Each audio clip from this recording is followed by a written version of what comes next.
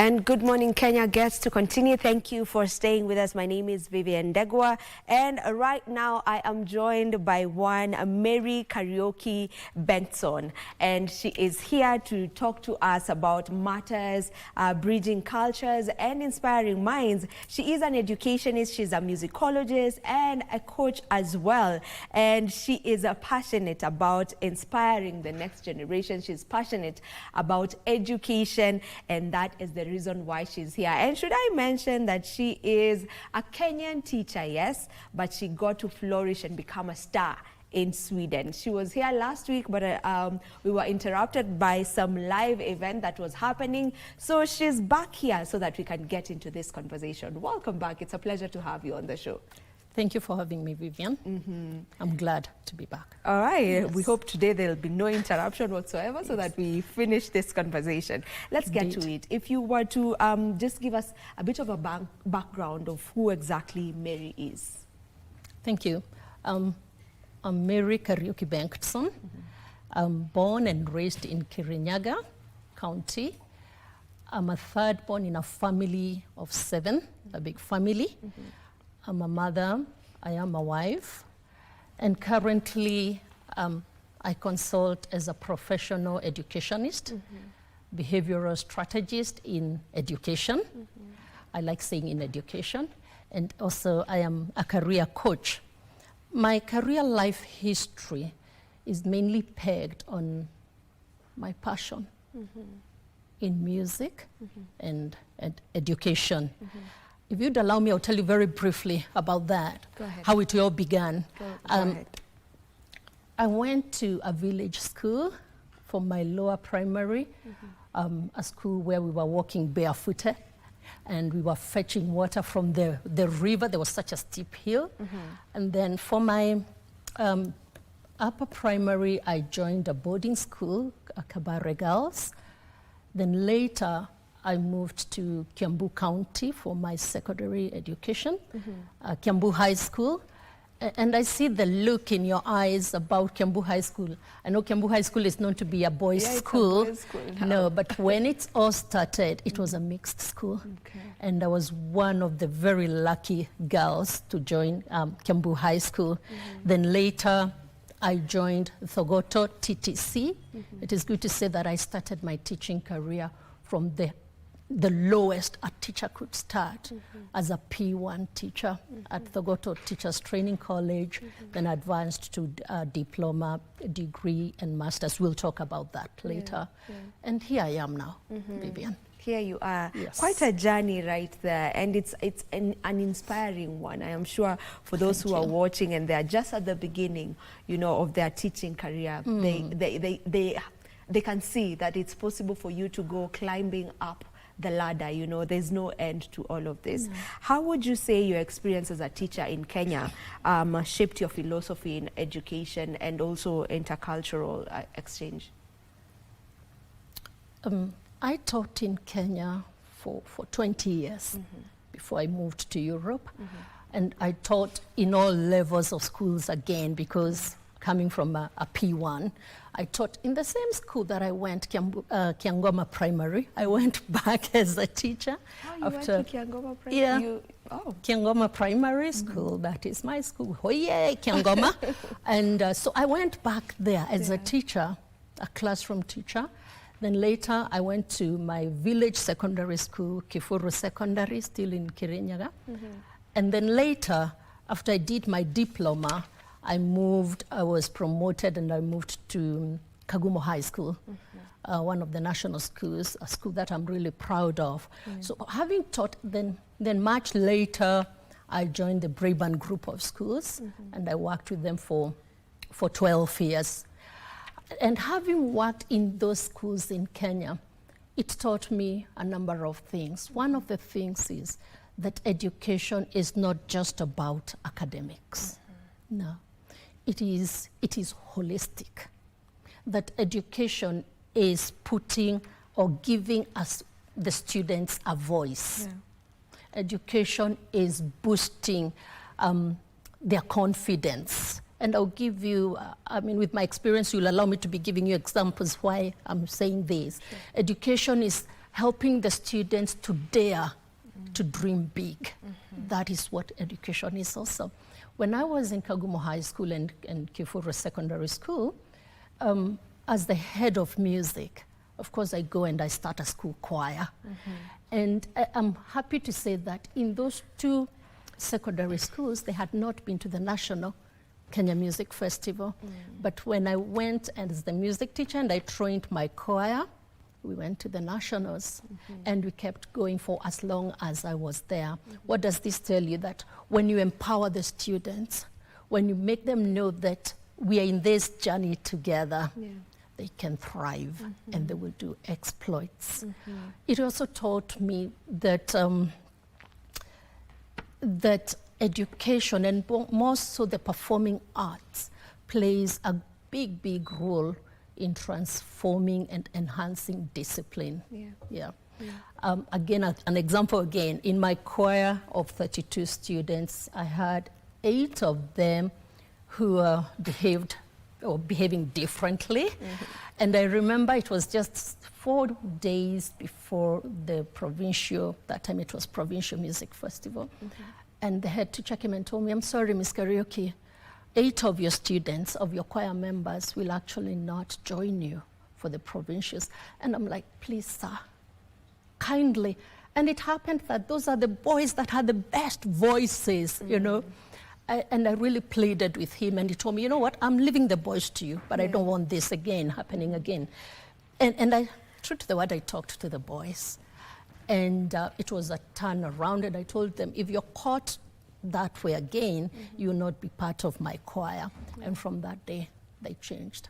Their discipline completely changed. Yes. That's really nice to know. And you know, there's something you mentioned that, you know, education is not just about the academics, it's holistic. And that's how we should be looking at it.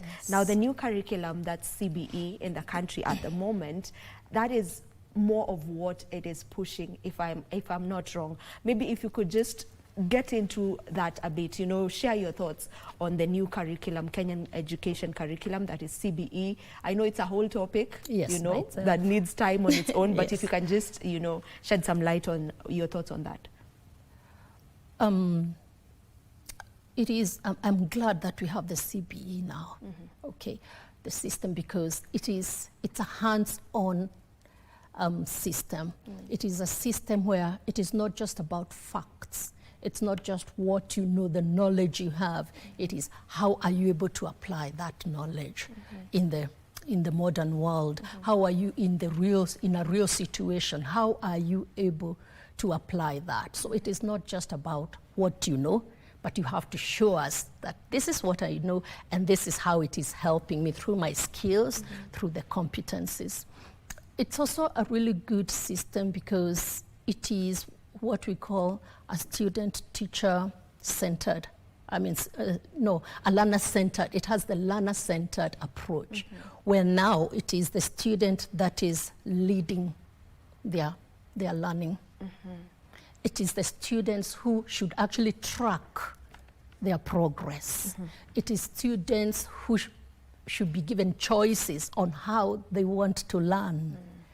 The teacher is no longer the authority person. Yes, they still have their place as a teacher, but in this system, the teacher is a facilitator. And what the child, it's a whole topic. We can talk about it at another time. But the teacher is a facilitator. The teacher is just a guide. You know, this is how we are going. All right, then choose the way you want to take. But I'm right here. If you need my help, I'm right here. So it's a good system. Let's embrace it. Let's embrace it, and let us give it time. It could be having its teething issues, but with time we will be happy that we embraced it and had the right mindset. Yeah, so from your point of view, it's a good system. It is a good system. In the right direction. Yes, and it also, sorry, allow me to say something else. It's a global system that when you get a child from Kiangoma Primary School or Kagumo High School who has done the CBE, and you take that boy to Sweden or to any other European country, they will fit in so well. It is just about the language that will be different. So it is it's a system that is recognized globally, hands-on. Right. Yes. That's lovely to know. Now, I want you to take us through the journey of you now leaving Kenya and going to Sweden. You know, you mentioned you were here as a teacher for the last for 20 years, and then now you had to relocate. Yes. You know, if you can just give us that transition, how that was like for you, as you also get to talk about the difference in education system. I know you've mentioned it's not much of a difference, but if there are some differences that you can mention from that. Let me start with my journey. When I left Kenya, going to Sweden, I usually say, thank God I didn't actually know what was awaiting me, because I'm not sure if I would have still gone. But I think I would, but I would have been more careful, and I didn't have to be. So moving from Kenya to Sweden, and coming from one of the biggest international schools, the Braeburn group of schools, going to another international school in Sweden, my thinking was that no big deal. It's international to international. But no, it was a real culture shock that I almost, at one time, I almost gave up. I almost also lost my teaching certificate in Sweden. Yes, because, you know, the culture, this is how the education is like. And I am going in with that in mind, that I'm an international teacher, so I know how to go about it. But it was very, very different. And I did something, I asked a student to stand at the back of the class, which you should not, and I almost lost my teaching certificate. So it was not easy, but I had a very open mind, and I was determined to make it. I am already here, and I am here, and I'm here to stay. I also thank God for my prayerful family back in Kenya, my parents, my dad, and my siblings, and the rest of the family, and also my husband back in Sweden, who really supported me and told me, you know what, you can make it, and this is how to go about it. Believe in yourself. It is well. Be patient with yourself, but it will be well. So I thank God for my husband also. So in the school, after I taught for 2 years, the head teacher saw the potential in me, and she made me a line manager. I was in charge of a whole section, the year 7, 8, and 9. So line manager is? A line manager is someone who is like a supervisor between the teaching staff and the head teacher. Someone like head of department is a line manager, head of VIA, head of academics, you know, assistant head teacher is also a line manager. So I was made a head of section 7, 8, and 9, and she saw the potential in me. And later she realized that, Mary, you're actually a coach and a mentor, the way you're mentoring the teachers, because as a line manager, you mentor them, you do appraisals, you give them tasks, you know what they are struggling with, and you help them in professional development. And so she realized that, and I really thank God for her. And she made me in charge of what we call CPD. CPD is continuous professional development. So teachers would come to me and tell me what they are struggling with that month. And then I would come up with a topic. And then it ended up that it was actually me who was to be the facilitator. So then I advanced in my reading, and later I became an educationist. All right. Yes. So the difference when it comes to the education system, you know, in Kenya and Sweden. Okay. This is something that is very close to my heart when I talk of the difference. And Vivian, thank God we are talking of the difference between CBE and the Swedish system. If we were talking about the difference between 844 and the Swedish system, I think you'd have had to call me like 3-4 times. But now it's not as much. But one of the differences is that in Sweden, the student-teacher relationship is so tight. Because in Sweden, students do not follow your instructions or listen to you because of fear of consequences. No. they know there's almost very little you can do about it, you know. But they will listen to you because of the mutual respect you have with each other, the teacher-student relationship and respect for each other. So it is quite key. In Sweden also, students call teachers by their name. So if you're my student, I would call, Vivian, could I have your book? And you just tell me, yes, Mary, here it is.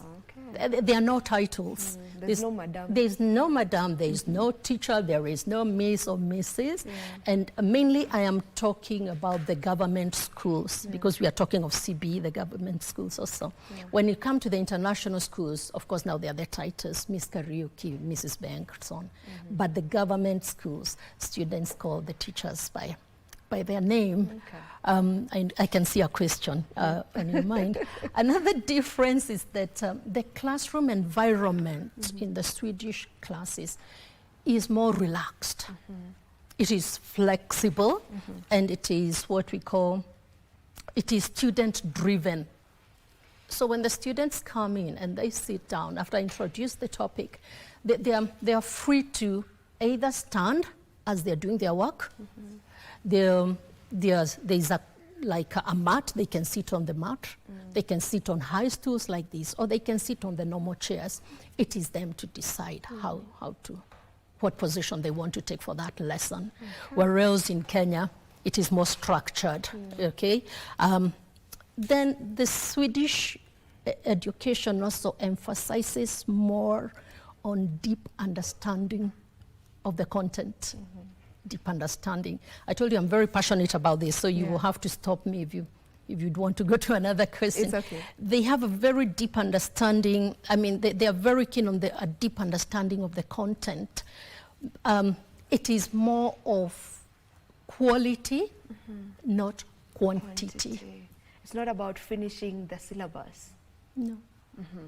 And so, for example, if I was teaching a certain class last year, year 7, just an example, and there were quick learners, and it took me 3 weeks for that particular unit, I should not assume that this year, the class I have, will take 3 weeks. So I'm given that leeway. It can take as much as 6 weeks, or it can go faster. You know, with that appreciation that you're dealing with different students every year. So it's more of the quality, not the quantity. I hear you on that, and I don't know how maybe the same can be applied here, because we have a timeline. That is the final exam, you know. There's that final exam that every student needs to take. So most teachers want to rush the syllabus because they need to cover everything before we get to the examination, the final examation. So probably, I don't know how that can be looked into. I'm sure it can be done with time. Yeah, with time. Yeah. All right.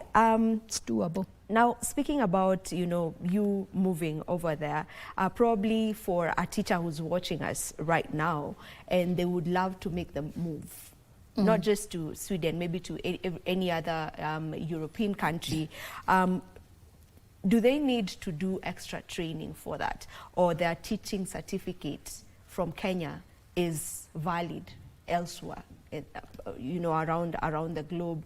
And also having in mind that, you know, when we speak about European countries, there's the issue of the language barrier. So how to maneuver around that? Okay. It's possible. But before I left for Sweden, teaching at the Braeburn School, I did an international degree with the Warwick University in the UK. But I would go back and tell you it is very possible, for as long as you as the teacher, you've done something. Oh, we have some clips on the screen of you. Okay. Yeah, continue. Dancing with my students. Yes, so for as long as, mainly if you're an international teacher, then it is very possible. When I was going to Sweden, I applied like any other person. I didn't know anyone other than my God, okay? But because of my papers, they took me.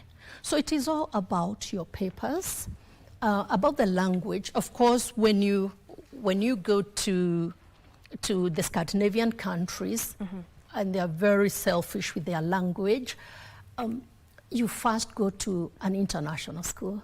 So I went to an international school because the international schools, you teach in English. Okay? Yeah. Until you're really comfortable with the language, then now you can go to the government schools.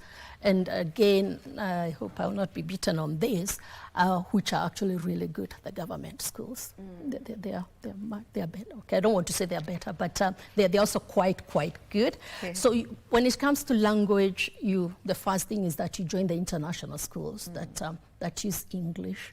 Then later with time you develop yourself, and remember, education in Sweden is free. So, or in the Scandinavian countries. So when you go there, you start learning.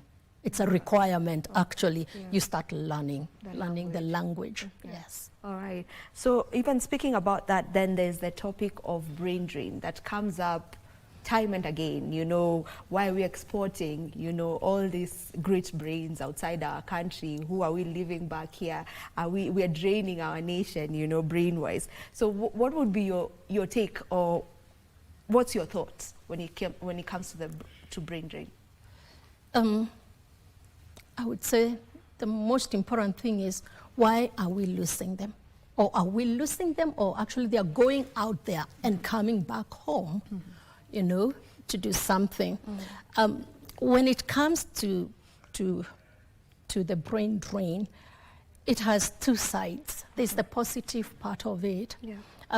There's, when you move to another country, you gain new skills, maybe that you were not able to gain here. You become more exposed. You're maybe, if it's like with teaching, maybe, and I would say maybe, you get a better pay, but that's not always the case. No, we have actually schools in Kenya that are paying much more than schools in Europe. So it depends on where you want actually to go. Yeah. But if it is about money, we have those schools right here. But it could also be family. Yeah. You know, your family is there and you need to join your family. But also when you move, the other positive thing is that you also create jobs for other people. I am a teacher by profession, and when I moved to Sweden, I believe I helped another teacher to step into my shoes. I'm also creating a job for someone else, you know. It's good to look at it very positively also. Yeah. Then when we go out there, when they go out there, many come back and to serve the country.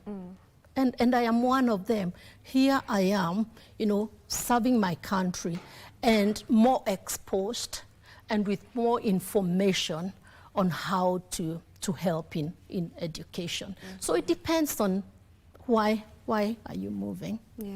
Have I answered your question? Yes, you have. Okay. Yes, you have. Very much so.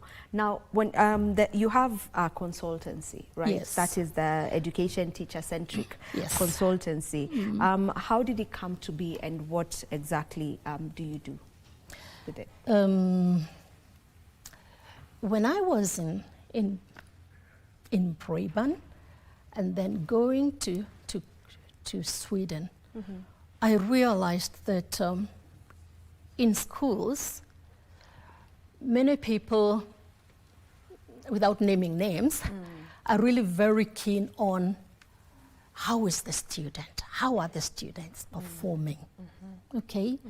The second question will be, what about the parents? Are they happy with what we are doing?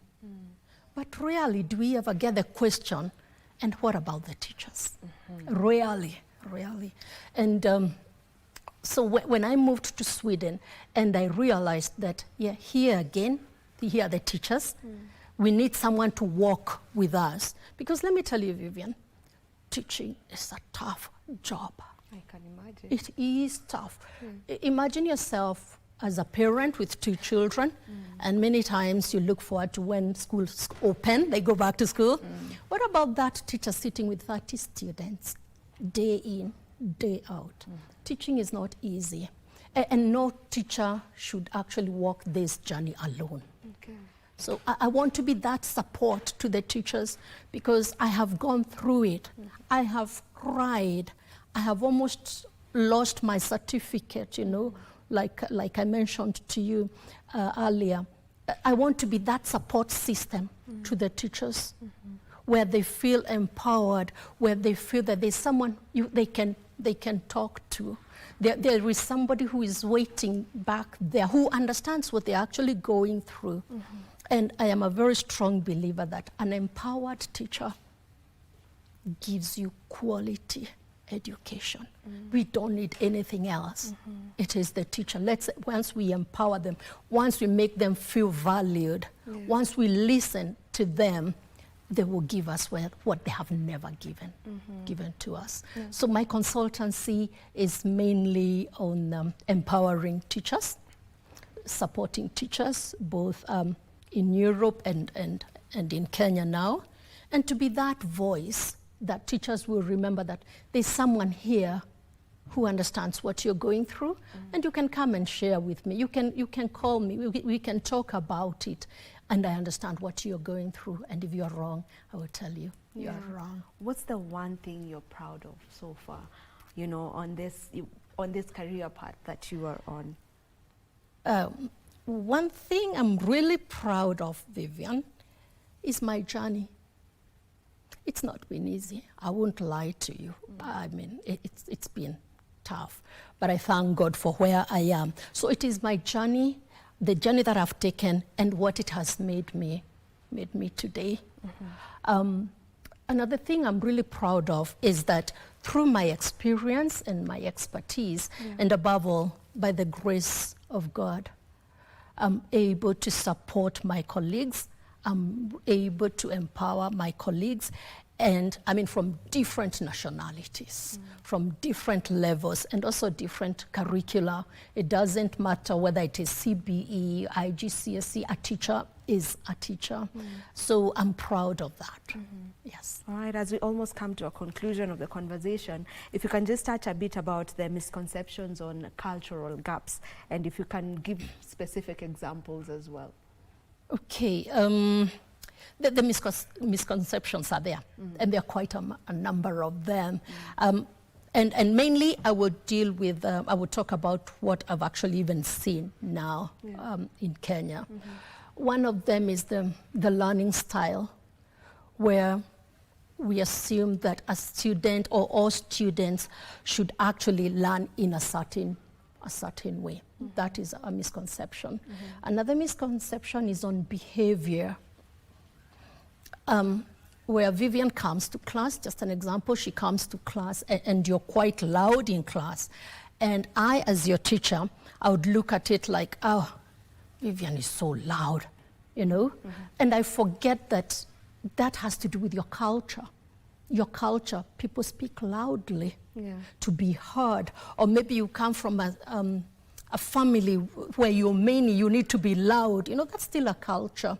And so the teacher misinterprets that you are trying to disrupt the lesson, and yet it is just a way of wanting to be heard because that is your culture.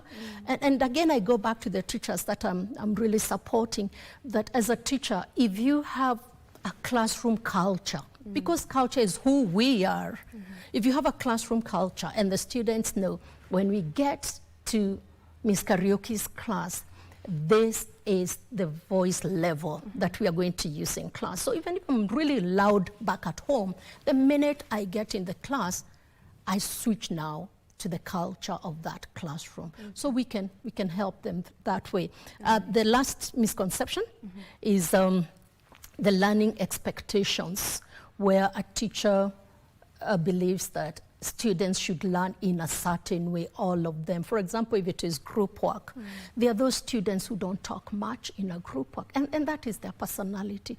But instead of saying that they are not engaged, instead of saying that they were not interested or they were waiting for others to work for them, remember culture. Culture is who we are.